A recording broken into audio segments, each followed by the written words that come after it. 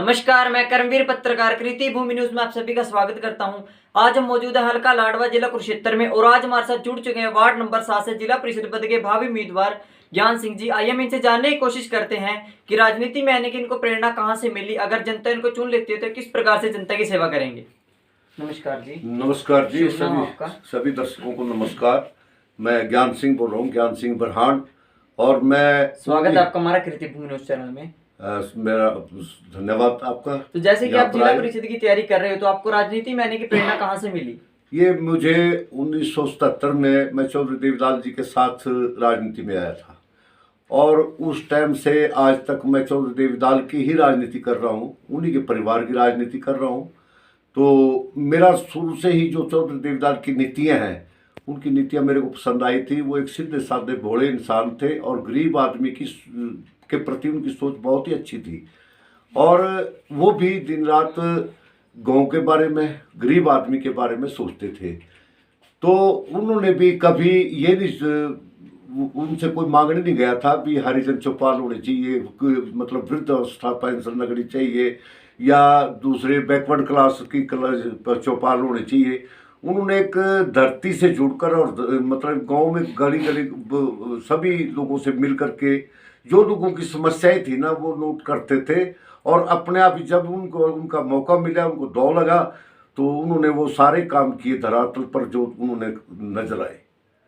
तो आप किस वार्ड से इलेक्शन लड़ने की तैयारी कर रहे हो? मैं वार्ड नंबर 7 से मेरी है, लेकिन मैं लड़ूंगा जब भी लड़ूंगा जब चौधरी शेर सिंह बड़श्यामी मेरे को आशीर्वाद दे। तो जैसे आप वार्ड नंबर 7 से इलेक्शन लड़ने की तैयारी कर रहे हो, वार्ड नंबर 7 में कितने गांव आते हैं? इसमें 25।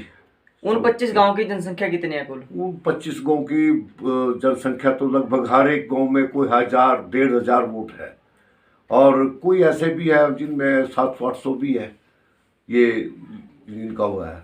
और मैं किसी जाति विशेष लेकर के, कोई धर्म विशेष पे राजनीति नहीं कर रहा हूँ।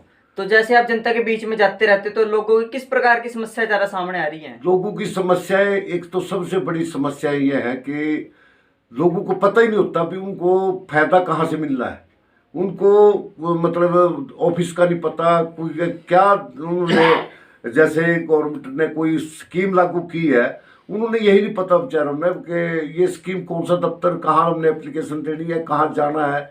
ये मतलब एक मेन समस्या है।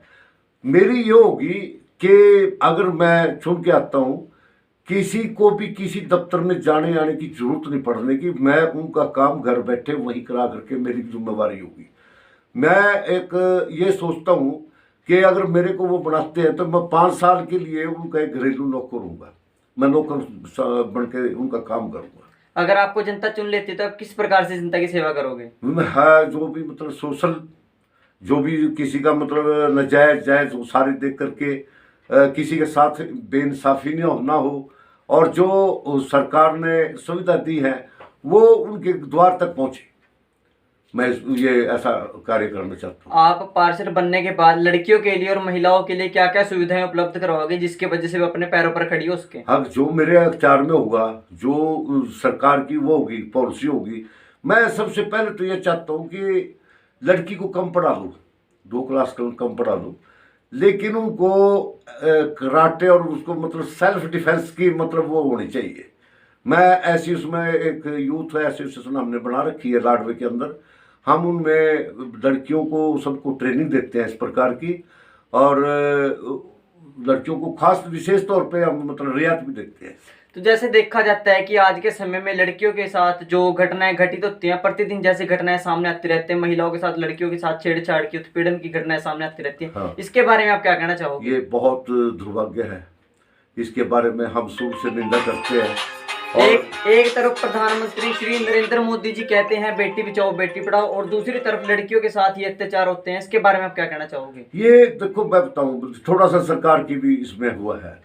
सरकार अगर सही पॉलिसी सही ढंग से चलाए तो ऐसा कुछ नहीं है, सब हो जाता है, क्यों नहीं होता सर। आज हर तरह से जैसे पुलिस को पीछे उन्होंने 2 गाड़ी हर थाने में दी है कि 15-20 मिनट के अंदर मतलब हम वहाँ पहुँचेंगे। तो ऐसी ऐप भी है कि जहाँ लड़की मान लो कहीं बेचारी कल्ली रहेगी, फंस गई या कोई बात होगी, उसकी लोकेशन थाने में गिल के साथ आनी चाहिए।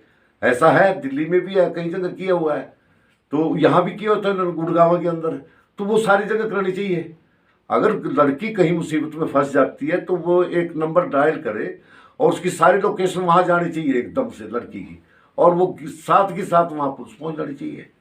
जैसे बात की जाए कानून व्यवस्था के बारे में, जैसे आपने भी बताया कानून के बारे में, पुलिस के बारे में, तो आपके हल्के में कानून व्यवस्था किस प्रकार की बनी हुई है? मेरे हल्के में कानून व्यवस्था बिल्कुल गलत है, कोई वो नहीं। बस यहाँ आजकल सारे ऑफिसरों में, सारे दफ्तरों में, और अगर कोई जैसे साधन संपन्न आदमी है तो वो इंसाफ ले लेगा, गरीब आदमी को इंसाफ नहीं मिल रहा।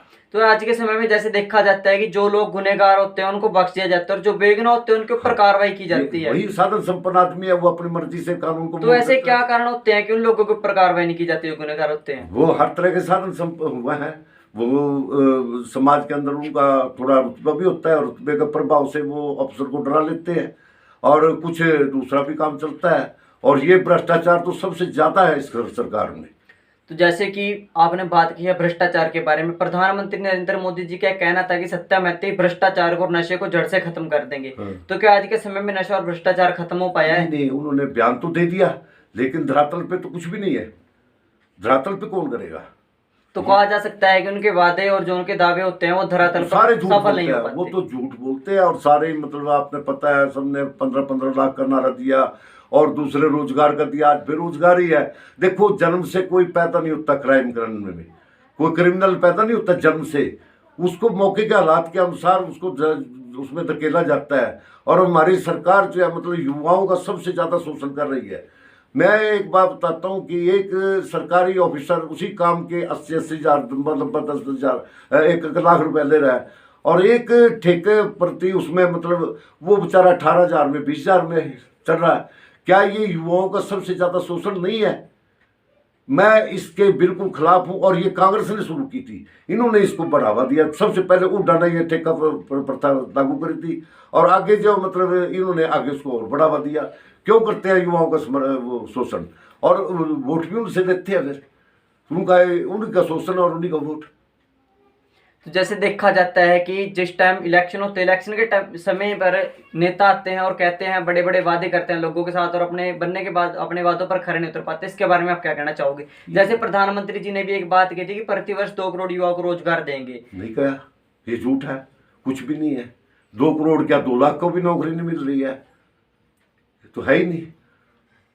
और जैसे बात की जाए महंगाई के बारे में, हाँ। तो आज महंगाई चरम सीमा पर है, प्रतिदिन महंगाई बढ़ती जा रही है। इसके बारे में क्या कहना? महंगाई चरम सीमा पर है, हर गृहिणी दुखी है, उसका बजट सारा डामाडोल हो रहा है, महिलाएं बहुत ज्यादा दुखी है इससे। और रही बात यह, अब मैं जो देखो, पेट्रोल 100 से पार हो गया, डीजल 100 से पार हो गया, अब ट्रांसपोर्ट पे उस पर सारी जगह उसका असर पड़ता है, तो महंगाई तो बढ़ेगी।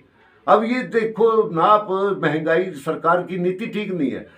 इसको जीएसटी में लगाओ, जीएसटी में ला करके कितना पड़ता है? 35, 40, 45 रुपए लीटर पड़ता है पेट्रोल। ये लूट रही है ना, सरकार लूट रही है। अब जहां पर से पेट्रोल आ रहा है, डीजल आ रहा है, वहां से बहुत कम दामों में आ रहा है। ये स्पष्ट करे सरकार कि हरियाणा सरकार 35 रुपए तो हरियाणा सरकार के खाते में जा रहे हैं, और 35-40 जा रहे हैं उसमें सेंट्रल गवर्नमेंट के उसमें। तो ये कितना चले गया?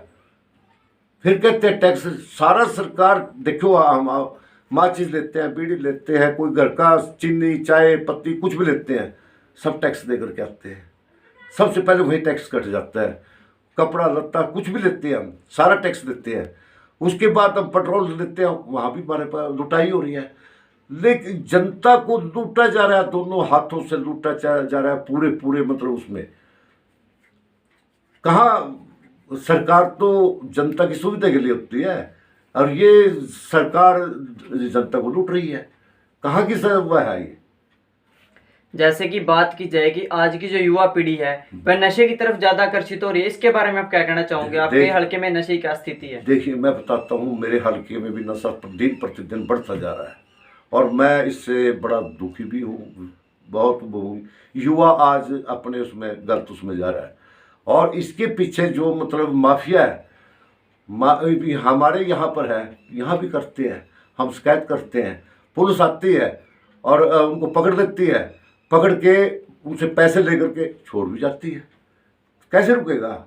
उन पुलिस वालों के खिलाफ कार्रवाई करें या जिस उसकी वो होनी चाहिए, जवाबदेही होनी चाहिए, जिसका जो थाना इंचार्ज है यहाँ पर, जो इसका इन्वेस्टिगेशन ऑफिसर है, उनकी जवाबदेही क्यों नहीं करती सरकार? अगर नीयत साफ हो तभी काम होते हैं ना। जब नीयत साफ नहीं है सरकार की, पैसे कमाने के पीछे लगे हुए हैं। अब ये कहते हैं अक ये तो संत है, बाबे है, मोदी आगे पीछे नहीं है, वो किसके लिए कमाएगा? खट्टर है, आगे पीछे नहीं है, किसके लिए कमाएगा? वीज आगे पीछे कोई नहीं है, किसके लिए कमाएगा? मैं पूछना चाहता हूँ, चंबल के जो डाकू है उनके आगे पीछे नहीं होता, वो फिर भी डाके मार रहे, किसके लिए? ये तो दूसरे चंबल के डाकू आ रहे हैं यहाँ पर। तो जैसे कि कहा जाता है कि प्रधानमंत्री जी ने शुरू में ये एक बात की थी कि नशे को खत्म कर देंगे, और आज नशा बढ़ता जा रहा है, चरम सीमा पर है नशा, और आज की युवा पीढ़ी है वो नशे की तरफ ही ज्यादा आकर्षित हो रही है। रोजगार को और शिक्षा को छोड़कर युवा पीढ़ी नशे की तरफ ज्यादा आकर्षित हो रही है। इसके बारे में आप क्या कहना चाहोगे? मैं यही कहना चाहता हूँ कि युवा बिल्कुल नशे के गर्त में बढ़ता जा रहा है, और युवा अगर नशे में बढ़ गया, हमारे देश का युवा ही तो एक हमारा जो है, जो विकास का रास्ता है। देश का विकास नाश होगा, विकास नहीं होगा, देश का नाश होगा अगर युवा नशे की ओर से बढ़ता जा रहा है। तो इसलिए ये तो अब सरकारें हैं, ये नेता ऐसे झूठ बोलते हैं, वोट ले जाते हैं, गरीब आदमी को जातिवाद पे ले देते हैं। ये यहाँ कोई नारा दे दिया ब्राह्मणवाद का, कहीं जाटवाद का, कहीं रोड बरादरी का, कहीं मराठे का। तो ये तो एक मतलब बिजनेस है इनका, ये राजनीति नहीं है, बिजनेस है। बिजनेस के हिसाब से चल रही है। अगर जनता आपको चुन लेती है, हाँ। तो आप किस प्रकार से अपने वार्ड के और आपके हल्के की जनता की सेवा करोगे? मैं यही बात हूँ, जो जैसे बछड़ा होता है ना, बछड़े को रस्सा चापने की आदत पड़ जाए तो वो आदत तो छूटती नहीं, चाहे वो मर जाए, छूटती बहुत मुश्किल है। हमारे को तो आदत पड़ी हुई है, चौधरी देवीलाल ने हमारे से जनता की सेवा करने की आदत डाली हुई है, और हम उसी आदत में हैं। तो हम तो 24 घंटे तत्पर रहेंगे, 24 घंटे। आज भी है, मैं आज किसी पद पे नहीं हूँ, मेरे ये बैठे हैं सारे, ये डेरा सारा बैठा है, आज भी मेरी वही आदत है, मैं सेवा में हूँ, सेवा में रहूँगा। हमारे चैनल के माध्यम से आप अपने हल्के की जनता को क्या संदेश देना चाहोगे? मैं यही संदेश देना चाहूँगा कि आपने सबको देख लिया, एक दफ़ा मौका देख लें, दोबारा आपको कोई शिकायत नहीं होगी। जितना भी मेरे कार्य मेरे बस में होगा, जितना भी होगा, आपको उससे मैं संतुष्ट करने की कोशिश करूँगा, और आप मेरा साथ दें। मैं आपसे यही मेरा विनम्र निवेदन है। तो जैसा कि आप सभी ने सुना, इन्होंने बहुत ही अच्छी जानकारी दी है और अपने हल्के की समस्याओं से रूबरू कराया, और कहा है कि हमने आज तक जनता की सेवा करी और आगे भी जनता की सेवा ही करेंगे। इसी के साथ वीडियो को ज़्यादा से ज़्यादा शेयर करें। अगर आपके आसपास कुछ गलत हो रहा है तो कृति भूमि न्यूज़ की टीम के साथ संपर्क करें। हम आपकी आवाज़ बने हैं और सदैव बने रहेंगे। बने रहिए मेरे सहयोगी कैमरा पर्सन सुभाष के साथ। देखते रहे स्पेशल रिपोर्ट।